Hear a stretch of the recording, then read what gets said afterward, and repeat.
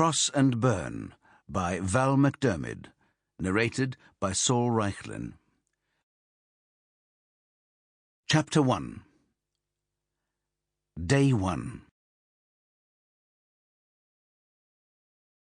He woke every morning with a prickle of excitement. Would today be the day? Would he finally meet her, his perfect wife? He knew who she was, of course. He'd been watching her for a couple of weeks now, growing used to her habits, getting to know who her friends were, learning her little ways, how she pushed her hair behind her ears when she settled into the driver's seat of her car, how she turned all the lights on as soon as she came home to her lonely flat, how she never, ever seemed to check in her rear-view mirror. He reached for the remote controls and raised the blinds on the high skylight windows. Rain fell in a constant drizzle from an unbroken wall of featureless grey cloud. No wind to drive the rain, though, just a steady downpour. The sort of weather where people hid under umbrellas, heads down, paying no attention to their surroundings, faces invisible to CCTV. First box ticked.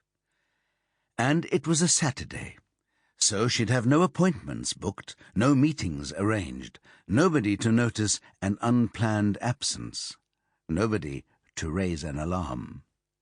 Second box ticked. Saturday also meant the chances were much higher that her plans would take her somewhere suitable for their meeting.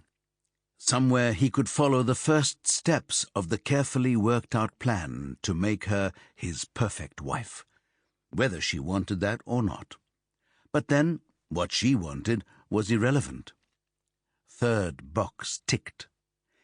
He took a long, slow shower, savouring the sensual delight of the warm water on his skin.